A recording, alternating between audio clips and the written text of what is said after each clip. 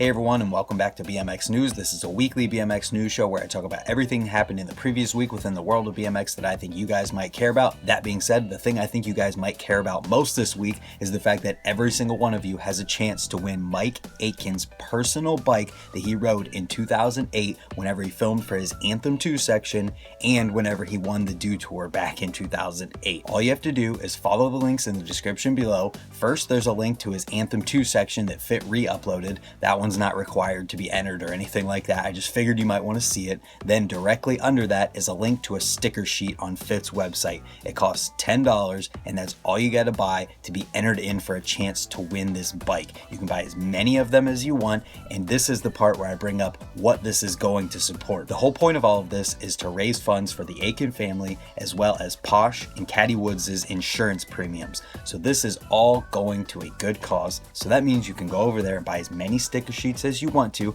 have as many chances to win as you want for Mike Aitken's personal bike from 2008. And I know that there's a lot of you guys who watch this channel who are right in the age bracket who would love to win Mike Aitken's bike. So I figured I would talk about this one first, and I figured that you would care about it first. Also, let me know what you think about this in the comments down below. After that, we've got a whole bunch of simple session stuff. That's the other part of the title. And first, let's just run through all of the video links that are in the description below that you guys can check out. First, we've got the Park and Street Finals highlights. Then we've got the Sister Session Finals highlights. Then after that, we've got the Park and Street as well as the Sister Session full replays. So if you want to watch the highlights, check out the first links. If you want to watch the entire thing, check out the second links. And I personally watched all of BMX Park and Street, and when it came to the judging, I feel like they got it right this year. From qualifying to who placed where in the finals, no one who should have qualified didn't, and no one who should have placed higher didn't place higher. Everyone earned where they got.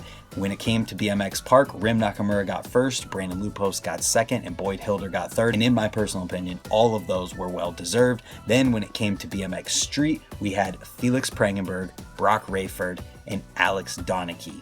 Felix Prangenberg had the most perfect run I think he could have ever had. Then Broc Raiford was right there with him. His was almost perfect. And then I don't even remember Alex Donachie's, to be honest with you, but I feel like all these guys placed where they should have. And in looking at the people who placed below that, they had less tricks, they didn't go as high, they didn't do as crazy of tricks, or they didn't do it their entire run or something like that. There's something that meant that they didn't deserve to place in that spot. And for the first time in a long time, I feel like the judges got it right on every single aspect of the entire thing. When it came to the sister session, we had Nikita Ducaros in first, then Minoto Oki in second, followed by Lara Lessman in third. This one I didn't get a chance to watch all the way through, but based on the highlights videos, I do feel like Nikita won. And speaking of Lara Lessman, who got third, she was also announced to be on Redbull this week, which is pretty awesome.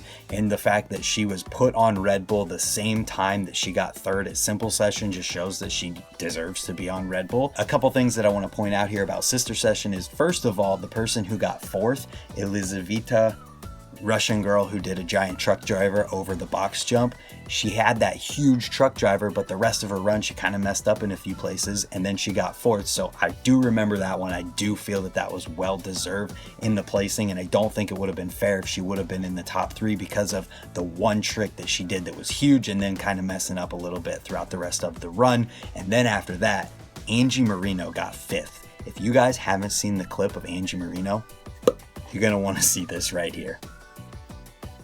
Insanity. I cannot believe she even rode finals after crashing like that. She literally had her head wrapped up and you could see the swelling in it, and she still rode in finals and still got fifth. And that just tough as nails. Amazing, and I had to point that out. I am curious to hear your guys' thoughts on the Simple Session judging and placing for everyone as well, especially if you watched all the way through qualifying and finals. After that, we've got a whole bunch of different videos to talk about, and the first video I want to talk about this week comes from Sunday featuring Ben Allen, and it's called All Out. If you guys like bar spins or technical rail combos featuring bar spins, you're gonna like this video. One thing that really made me appreciate, one, Ben's riding, and two, this video is the fact that all of the gnarly crashes were left in there and it wasn't just landed trick after landed trick, because this dude took it for some of the stuff that he did, including the last clip, which had probably the craziest crash of them all, where he's just tumbling down some stairs until he comes to a stop.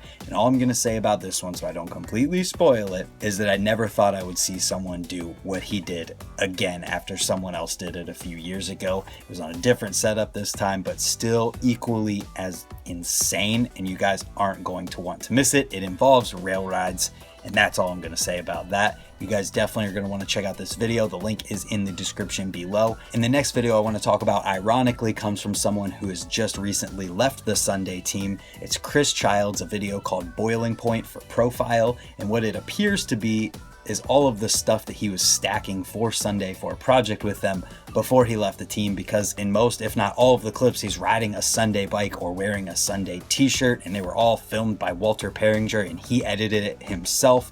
Either way though, it doesn't change the fact that all of the stuff in this video is bonkers, including this, like, he's riding on a wall that's like a brick wall, and then there's like a gate or something, and he pole jams up this gate onto a roof. And it's just probably the craziest clip in the video, and I honestly think it should have been the last clip, but it wasn't. The last clip's still crazy, but this one just stuck out so much, and there's a lot of other stuff in here that's just like dead man stuff that only someone like Kriss Childs would do, including a street backflip on a pretty big setup, which you just don't see every day. So if you guys want to check out this video, you know where to find it. And I can't remember if I mentioned this in a previous BMX news video. I think I did. Either way though, I did see on his Instagram story around the time where he was leaving Sunday Bikes that he was riding an S&M.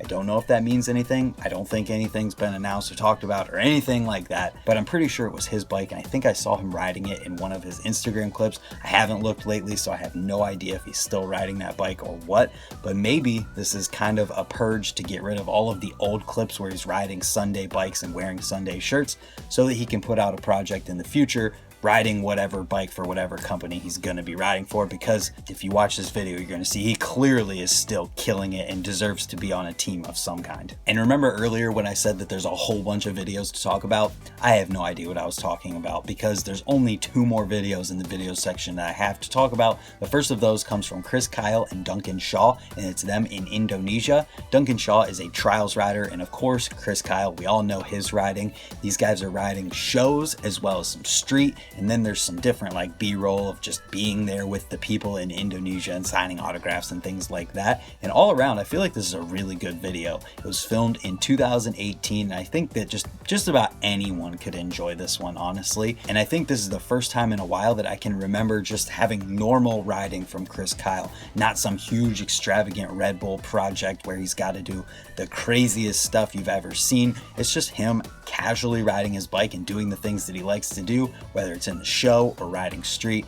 And I enjoyed this video, honestly. After that, we've got a video called Columbus Mix from Zach Gerber, and it features a whole bunch of the dudes down in Columbus, Ohio, who all absolutely shred. There's some pretty big stuff and some pretty tech stuff, and I just think that you'll enjoy it. And then from there, we can move into the product related section from this week, where I have 2 different videos to talk about. The first one is called Holy Divers, coming from S&M to promote, obviously, their Holy Diver frame. This video features Mike Stahl, Jordan, Toves, whichever one of those is correct. If any of them, I'm sorry if not, and Andrew Schubert. So if any of that sounds intriguing to you, you know where to find it. And then we had a video from Volume featuring Jarren Barboza, and it's promoting his signature stem and seat. That one's only a minute long, so if you guys are fans of Jarren's riding, you're probably going to want to check that one out. And then from there, we can move into the interview section from this week. The first video I want to talk about is from Simple Session, and it's not exactly an interview, but it's talking, so I'm throwing it in here anyway. And this is Mic'd Up with Ryan Nyquist at Simple Session.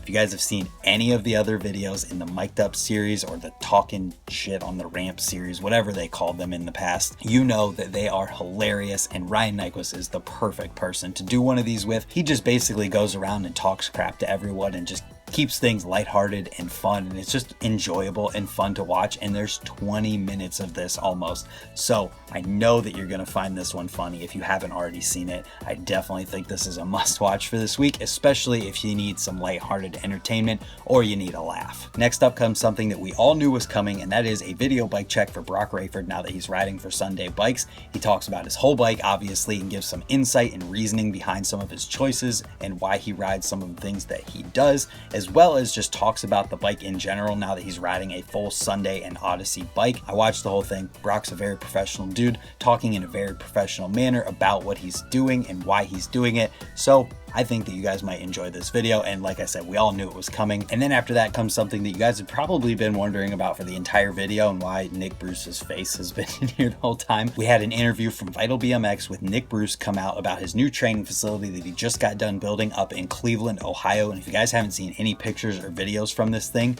check this interview out. Go on Nick Bruce's Instagram page as well as Marcus Christopher's and look at some of the stuff that they've been doing at this place. Marcus has done a wall ride out of the 10-foot quarter like 6 or 7 foot up already, and some of the craziest transfers that exist in this place they've already done in trains.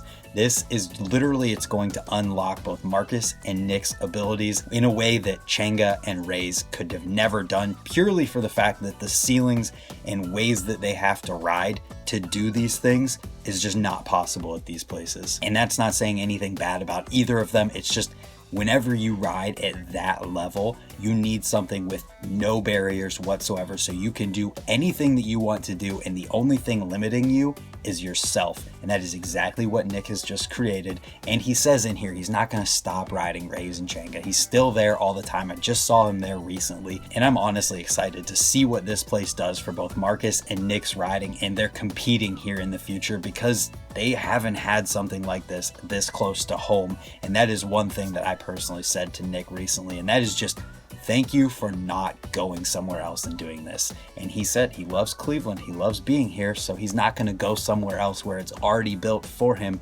He wanted to stay here and build it for himself, and I think that is awesome. So with that being said, that's the last thing I have to talk about this week. If you guys have any thoughts on Simple Session or winning Mike Aitken's bike or Nick's new training facility or anything else that I talked about this week, leave them in the comments down below. And if you're new here or you haven't yet, consider hitting the subscribe button while you're down there so that hopefully we can see you tomorrow for another video. I want to thank you guys all for hanging out and watching. And like I said, hopefully we see you tomorrow. Goodbye.